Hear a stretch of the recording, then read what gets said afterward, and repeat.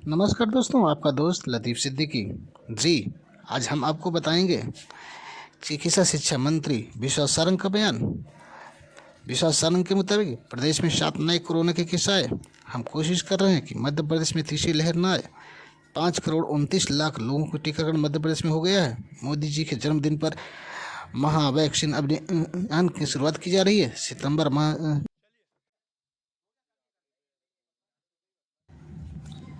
NCRB की report पर कहा, मध्य प्रदेश में लैंड ऑर्डर की स्थिति दुरुस्त रखा है। कांग्रेस के समय में कानून व्यवस्था बिगड़ी थी, उस समय दौरान घटना इस रिपोर्ट को देखने को मिलती है। हमारी सरकार ने सख्ती के साथ माफियों के खिलाफ कदम उठाए हैं। महिलाओं के खिलाफ होने वाले अपराध को रोकने के लिए सख्त कानून बनाए हैं। पदोन्नति में आरक्षण के मामले पर कहा, मंत्री समूह का गठन किया गया है। जो परिस्थितियों हैं उन पर विचार कर सभी वर्ग के बातचीत कर समस्या के बारे में क्या फैसला लेना है। सभी कर्मचारी संगठन से बातचीत कर आगे का क्या फैसला लिया जाएगा। सरकार की सार्थक पहल रहेगी। तो वहीं कांग्रेस के विधायक आरिफ मसूद द्वारा अधिकारियों को धमकाने के मामले पर कहा, ये दुर्भाग्य है कि लोकतंत्र का जो व्यक्ति अधिकारियों के सामने खड़ा नहीं हो पाता था, आज धमकी देने की बात कर रहा है। कांग्रेस के नेता ऐसी भाषा क्यों कर रहे हैं? जो नहीं होता उसे को लेकर भ्रम दिखाया जाता है।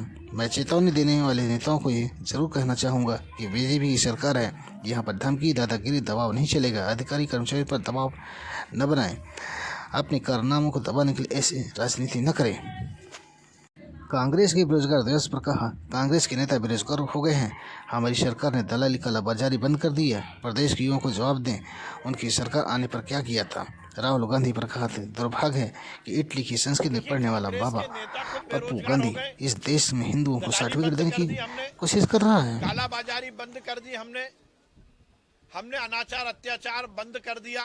तो कांग्रेस के नेता तो बेरोजगार हो ही गए, परंतु वो मध्य प्रदेश के युवाओं को इस बात का जरूर जवाब दें कि उन्होंने अपने घोषणा पत्र में कहा था कि सरकार में आने के बाद हम रोजगार देंगे, नहीं तो बेरोजगारी भत्ता देंगे।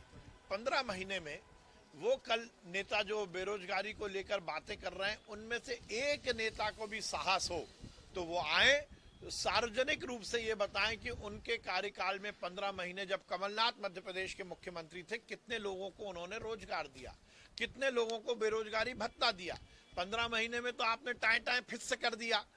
अपने कालाबाजारियों को, अपने मंत्रियों को, अपने नेताओं को, अपने गुर्गों को रोजगार दिया भ्रष्टाचार करने का, परंतु मध्य प्रदेश की जनता को, युवाओं को कोई रोजगार नहीं दिया। इस तरह से केवल मीडिया की सुर्खियां बनने के लिए प्रदर्शन करने से कोई फर्क नहीं पड़ता। नहीं, देखिए, डेंगू का मतलब स्वच्छता ही या नहीं है, ये तो बीमारी का मामला है। इसमें स्वच्छता एक पक्ष है और स्वच्छता में पानी इकट्ठा ना हो। अब बरसात के समय में पानी इकट्ठा होता है। हम आपके घर में भी आप देखेंगे कि जैसे अब कल बारिश हुई, यदि कोई पॉन्ड रखा हुआ है तो कल की बारिश में वो इकट्ठा हो जाता है। बहुत बार नेग्लिजेंस हो जाता है। यदि 7 दिन तक वो पानी रहेगा तो फिर उसमें लार्वा बनने के चांस होते हैं। इसीलिए ये सुनिश्चित किया गया है कि हम रोज अपने घर की सफाई करें, अपने आसपास की सफाई करें, ये सुनिश्चित करें कि कहीं भी लार्वा ना बने।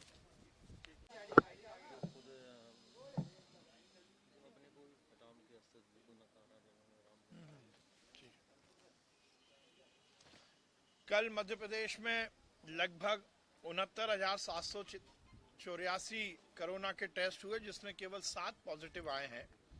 लगातार कोरोना के मामले में मध्य प्रदेश में नियंत्रण की स्थिति है, पर उसके बावजूद भी हम पूरी तरह से ये सुनिश्चित कर रहे हैं कि संक्रमण की तीसरी लहर मध्य प्रदेश में ना आए, और उसके लिए जो जो प्रयास करना है वो हमारी सरकार कर रही है। कल लगभग 5 करोड़ 29 लाख लोगों को कल तक टीकाकरण हो चुका है, और कल माननीय प्रधानमंत्री जी के जन्म दिवस पर हम एक और महा वैक्सीनेशन अभियान शुरू कर रहे हैं। माननीय मुख्यमंत्री जी ने जिस प्रकार से ये निर्देश दिया है कि इस महीने हम पूरी तरह से फर्स्ट डोज मध्य प्रदेश के पात्र जो हितग्राही है उनको लगाएं, और उसकी पूरी व्यवस्था हमने की है।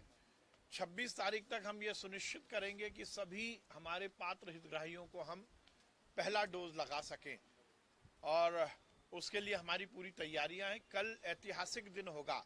इस देश के यशस्वी प्रधानमंत्री नरेंद्र मोदी, जिन्होंने देश का मान और सम्मान पूरी दुनिया में बढ़ाया है, वो नरेंद्र मोदी जी जिन्होंने देश में विकास और कल्याण की राजनीति को तो आगे बढ़ाया ही, साथ ही इस देश की आंतरिक सुरक्षा और सीमा पार की जो समस्याएं हैं उसको भी पूरी तरह से निदान करने की कोशिश की। योग का मामला हो, चाहे अंतर्राष्ट्रीय स्तर पर भारत के प्रतिनिधित्व का मामला हो, निश्चित रूप से हिंदुस्तान का मान और सम्मान नरेंद्र मोदी जी ने बढ़ाया है। वो वैश्विक नेता हैं, उन्होंने पूरी दुनिया को दिशा दी है। उन्होंने हिंदुस्तान की वो पुरानी समस्याएं जिनको लेकर केवल बातें होती थी उसको भी निदान किया है। 370 हटाने की बात हो, अयोध्या में श्री राम का भव्य मंदिर बनाने की बात हो, ट्रिपल तलाक हटाने की। अब देखिए, लोकतंत्र की ये दुर्भाग्य है कि जो व्यक्ति अधिकारियों के सामने खड़ा नहीं हो पाता था वो आज धमकी देने की बातें कर रहे हैं, और अधजल गगरी छलकत जाए। मुझे आश्चर्य होता है कि कांग्रेस के नेता ये भाषा क्यों प्रयोग कर रहे हैं। मैं फिर कहूंगा कि जो नहीं होना होता है उसी को लेके भय दिखाया जाता है।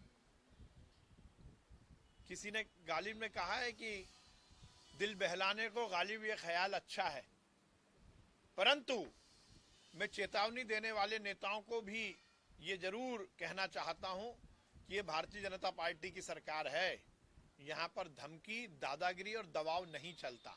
मैं निवेदन करूंगा सभी नेताओं को, मैं किसी नेता की बात नहीं करना चाहता, मैं सभी से निवेदन करूंगा कि वो अधिकारी कर्मचारियों पर दबाव ना बनाए। अपने कारनामों को छुपाने के लिए दबाव बनाकर यदि ऐसी राजनीति करेंगे तो ये ठीक नहीं है। कांग्रेस जो है वो लगातार संघ के लेकर बयानबाजी कर रही है। दिग्विजय सिंह कर ही रहे थे, फिर राहुल गांधी, फिर तमाम नेता। देखिए, इससे ये प्रदर्शित होता है कि वो भयग्रस्त हैं। ये प्रदर्शित होता है कि उन्हें लग गया है कि जनता के बीच उनकी पैठ पूरी तरह कमजोर हो गई है। और राहुल गांधी को मैं चुनौती देता हूं, वो सार्वजनिक रूप से आके बता दें कि वो किस धर्म का पालन करते हैं। पल में तोला, पल में माशा, चुनाव के हिसाब से धर्म बनाना और धर्म की बात करना और फिर बहुसंख्यक समाज को गुमराह करना, ये कांग्रेस की रीति नीति है। राहुल गांधी के बयान को बहुत सीरियसली मत लीजिए।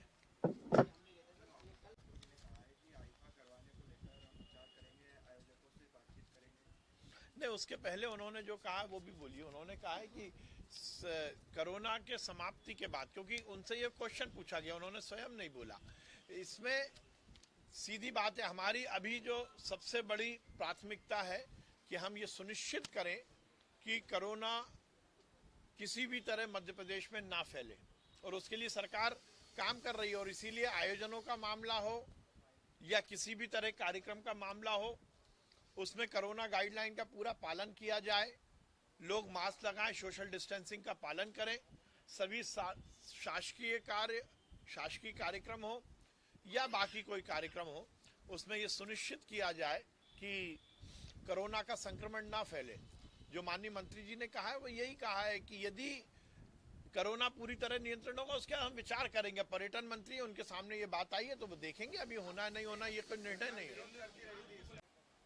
देखिए, दो बातें मैंने कल भी इस विषय पर कहा था। मध्य प्रदेश में लॉ एंड ऑर्डर की स्थिति को हमने चुस्त दुरुस्त रखा है, और जिस प्रकार से कांग्रेस की सरकार के समय मध्य प्रदेश की कानून व्यवस्था बिगड़ी थी, वो रिफ्लेक्शन इस बार की रिपोर्ट में हमें देखने को मिलता है।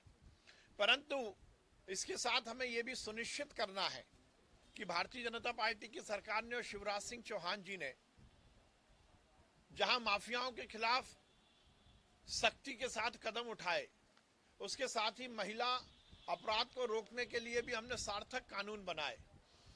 देश में पहली बार 12 साल से छोटी यदि बेटी के साथ कोई दुष्कर्म होता है तो उसमें फांसी की सजा का प्रावधान किया। हमने फास्ट ट्रैक के माध्यम से अपराधियों को जेल के पीछे भेजने के पूरे प्रयास किए। हमारी सरकार लॉ एंड ऑर्डर की चुस्त दुरुस्ती के लिए कटिबद्ध है। पदोन्नति में आरक्षण को लेकर बराबर कल भी ओरिजिनल हिंदू नहीं है और ये सरकारी अब देखिए, ये इस देश का दुर्भाग्य है कि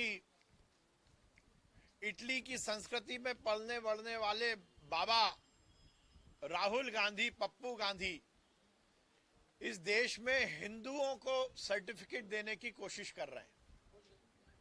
उन्होंने जिस प्रकार से कल देवी देवताओं का अपमान किया है, सबसे पहले तो उन्हें माफी मांगनी चाहिए। मैंने पहले भी कहा था कि कोर्ट के ऊपर जनेऊ पहनकर जब हिंदू बेल्ट में चुनाव होते हैं तो अपने आप को हिंदू प्रदर्शित करते हैं, और केरल में चुनाव लड़ने जाते हैं तो टोपी पहन लेते हैं। इनका हिंदुत्व केवल और केवल ढकोसला है।